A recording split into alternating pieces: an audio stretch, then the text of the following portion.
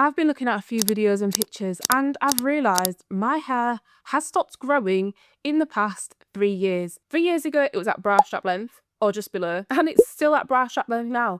So here's what I've been doing wrong. What's up people, welcome back to my channel. It's your girl Kiki, and in today's video I'm going to be going through the 3 main areas that I've been getting wrong with my hair care routine and how it's been causing my hair to not surpass bra strap length. My hair has been growing, I see that every time I go to the hair salon, but for some reason the ends need to get chopped off every single time, and the growth that I have seen has been wasted.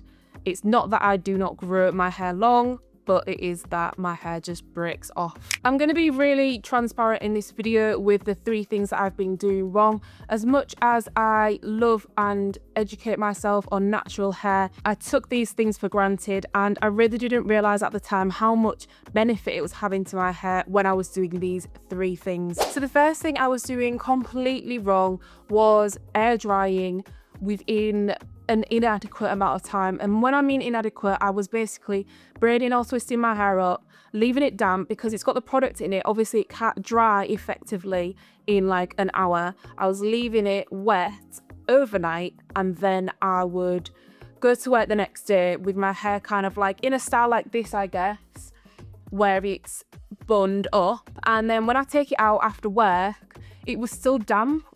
Obviously where the scrunchie was, it was still damp, and I just don't think this is healthy for my hair.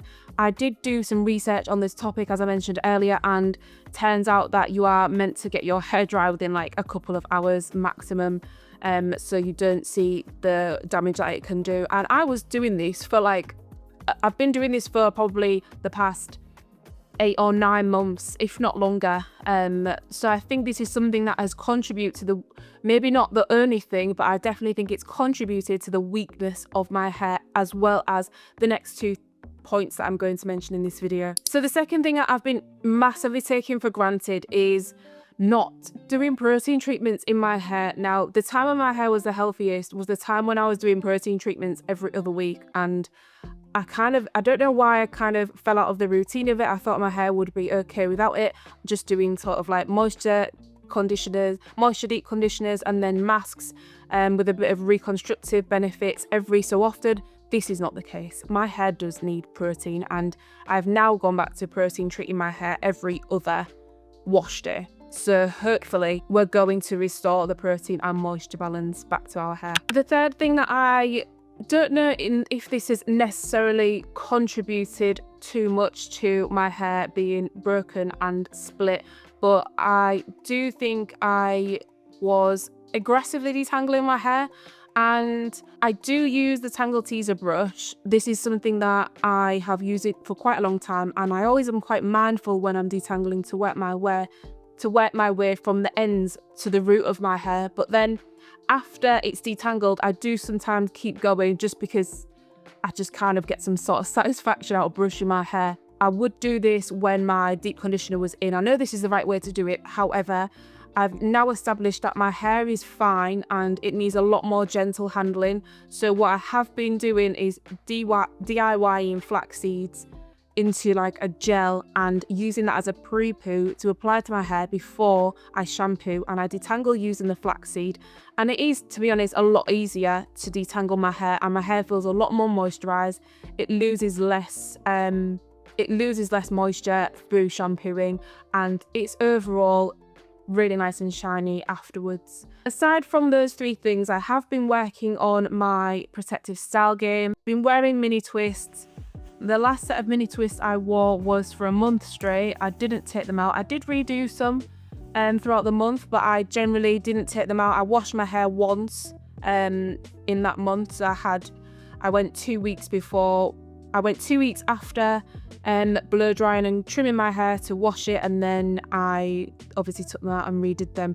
And this is the style I'm wearing, and I really currently love this style. It's one of my favourite protective styles for my hair because I've got the front in sort of braids and then the back is twists, and I really like the front to just be kind of like neat and almost not slick down, but just nice and tidy. I prefer the front to be done rather than the twist to be hanging down.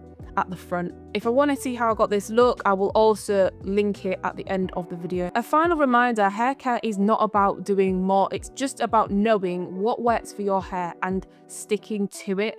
Sometimes the more we see online, the more we want to try, and you've just got to really take it back to basics and remember what actually your hair likes and just stick with that, because a lot of the time we take it for granted. We want to try new things. Me being a creator, I get sent so many products and it's quite difficult for me to kind of stick to one product and one line that I like to use, because I want to try everything, but I know that's not great for my hair in the long run. So I am going to be obviously taking it back to basics, going back to what works, and hopefully we'll be able to surpass bra strap length by the end of the year, because that is what I'm hoping. I have my next salon appointment in about 8 weeks time. I try to go every 12 weeks, so I'm going to be going in the next 8 weeks to the salon, and we'll hopefully see some length retained and not as much breakage and split ends as last time. So stay tuned to see my journey of recovering from breakage, and I will see you in the next video.